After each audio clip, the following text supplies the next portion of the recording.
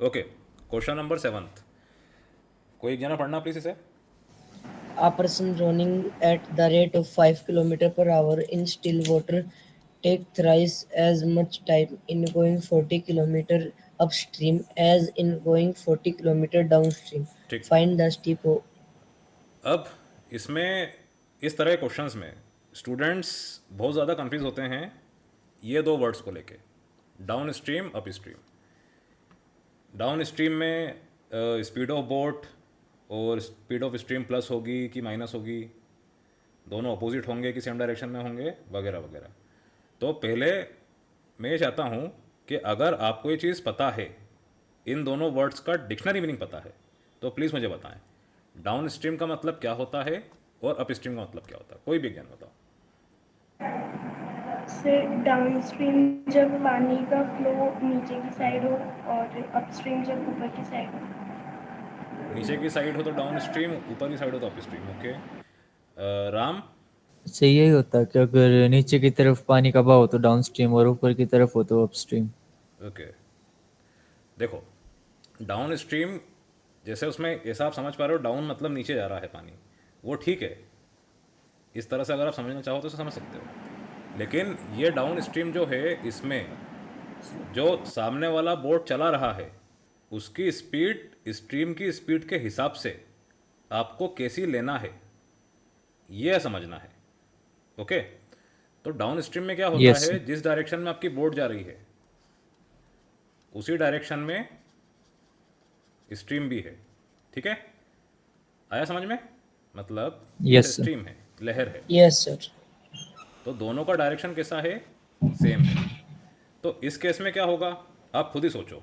आप किसी डायरेक्शन में जा रहे हो, है ना, और जिस डायरेक्शन में आप जा रहे हो उसी डायरेक्शन में ज़मीन खसक रही है ओके, या आप ऐसे समझो आपका एस्केलेटर उस वो ऊपर की तरफ जा रहा है और आप भी ऊपर की तरफ दौड़ते हुए चढ़ रहे हो, तो आप जल्दी चढ़ पाओगे क्योंकि आपकी स्पीड में उस एस्केलेटर की स्पीड प्लस हो रही है ना। Yes sir. तो ऐसा स्ट्रीम जिसमें बोट और स्ट्रीम का डायरेक्शन सेम होता है, ठीक है, उसे हम कह सकते हैं डाउन स्ट्रीम। ऑलराइट। अब यस पायल ने सर। जो बोला, राम ने जो बोला कि अगर हम डाउन लेते हैं तो ये डाउन स्ट्रीम है, देखो इसको भी आप समझ सकते हो।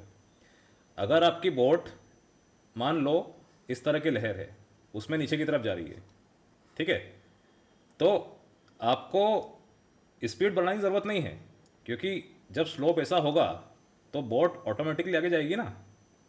लेकिन उसी जगह अगर आप बोट को ऊपर ले जा रहे हो अप स्ट्रीम में तो क्या होगा, आपको ये जो फ्रिक्शन है इसको ओवरकम करना पड़ेगा।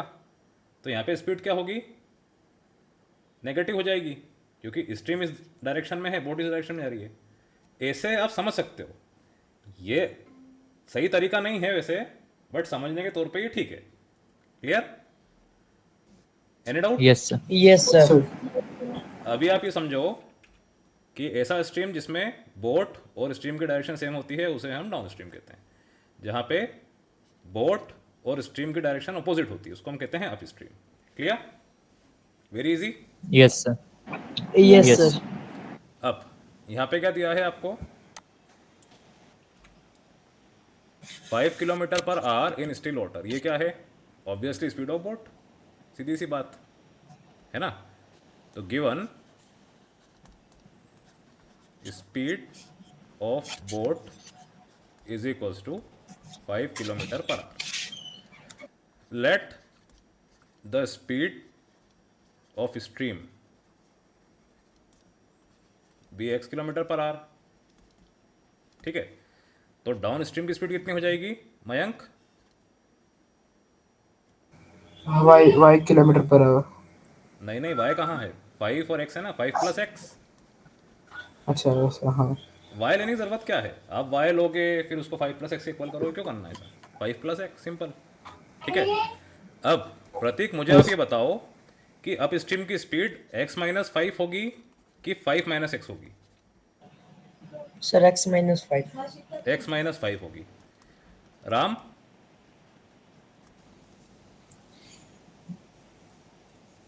इससे यही होगा। पायल? से यही होगी। मयंक? है सर, x-5 होगा। चलो, सभी लोग बोल रहे हैं कि x-5 होगी। अब आप मुझे ये बताओ कि अगर स्ट्रीम की speed x kilometre per our है, हम अगर x-5 ले रहे हैं, इसका मतलब क्या है? आपकी स्पीड तो पॉजिटिव है ना, तो x 5 से बड़ा होना चाहिए। आप खुद सोचिए कि अगर x 5 से बड़ा हो जाएगा, स्पीड ऑफ बोट से स्ट्रीम की स्पीड बड़ी हो जाएगी, और ऑपोजिट डायरेक्शन में अगर लहर आएगी तो बोट पलट जाएगी ना, बोट आपकी पलटी खा जाएगी। है सर। तो x-5 थोड़ी होगी, 5 - x होगी। ऑलराइट, कंसेप्ट को यस सर। समझिए आप। x-5 हाँ कर रहे सर। हैं, इसका मतलब क्या है कि हम स्ट्रीम की स्पीड को स्पीड ऑफ बोट से ज़्यादा मान रहे हैं, लेकिन ऐसा थोड़ी हो सकता है, क्योंकि ऐसा होगा तो फिर बोट चल ही नहीं पाएगी ना। यस और नो? Yes sir. ठीक, Yes, sir. Yes sir. कोई बात नहीं, सभी का गलत हुआ, इट्स ओके, और सीखा आप लोगों ने। चलिए, ये हो गई अब स्ट्रीम की स्पीड, और ये हो गई डाउन स्ट्रीम की। Any doubt? यहाँ पर 40 kilometre up stream, 40 kilometre down stream, मतलब दोनों जगह डिस्टेंस सेम है। ऑलराइट, डाउन स्ट्रीम का distance is equal to 40 kilometre, up stream का भी 40 किलोमीटर। ठीक है, तो टाइम फॉर डाउन स्ट्रीम क्या होगा और टाइम फॉर अप स्ट्रीम क्या होगा? कोई एक जना बताए। सर डाउन स्ट्रीम के लिए 5 + x/40 kilometre. 5 + x/40। Ram? Sir yes यही होगा। हाँ, प्रतीक आप बताओ। Yes, sir. 40 kilometer by x plus 5 होगा। 40/5 + x होगा। ठीक है, अब पायल और राम, आप ये चीज़ ध्यान रखो, अगर आप भूल रहे हो तो speed is equals to distance upon time. Okay, so time is equals yes to distance upon speed. बिल्कुल कंफ्यूज नहीं होना है। ठीक है, स्पीड डिस्टेंस ये होते हैं आमने सामने, तो अगर स्पीड की जगह आ रहा है टाइम, तो डिस्टेंस वहीं रहेगा। ओके, कभी भी वो कन्फ्यूजन ना हो कि speed upon distance, distance upon time. Confusion होता है बच्चों को, पर आप ये ध्यान रखो, speed is equal to distance upon time में ये दोनों होते हैं आमने सामने। ठीक, तो जो सेपिंग होगी वो किसके बीच में होगी? स्पीड और टाइम के बीच में। तो time is equal to distance upon speed. Alright, बोलोगे तो नहीं राम यस। और पायल? No sir. अब ये हो जाएगा आपका 40/5 - x। Very very easy. Now यहाँ पे क्या दिया है? Takes thrice as much time in going up stream as in going down stream. अब ये भी आप समझो, इसमें क्या होता है बच्चे? TDS is equals to 3 times TUS, TUS is equals to 3 times TDS। ऐसा कन्फ्यूज हो जाते हैं। आप मुझे बताओ थोड़ा सा सोच के, कॉमन सेंस, इनमें से कौन सा सही है? अगर ये चीज़ आपको नहीं भी दे रखी होती, सिर्फ आपको थ्राइस दिया होता, तो इसमें से कौन सा सही होता और क्यों होता? Anyone? Mayank? TDS equal to TUS। TDS is equals to 3 TUS। Okay, ये बोला हाँ। मयंक ने। राम? अभी क्वेश्चन पढ़िए ही मत सर आप, मुझे बताइए कि इसमें से कौन सा होगा, अगर थ्राइस आपको दिख रहा है तो।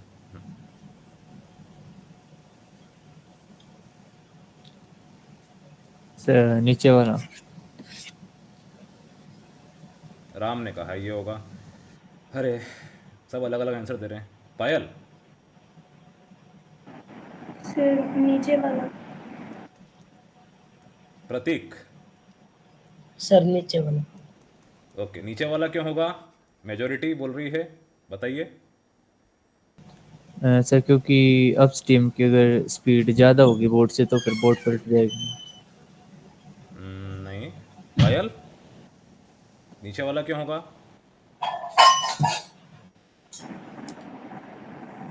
सर अगर अपस्ट्रीम में ज़्यादा होगा तो। ठीक से आप जवाब नहीं दे पा रहे हो कोई भी। प्रतीक?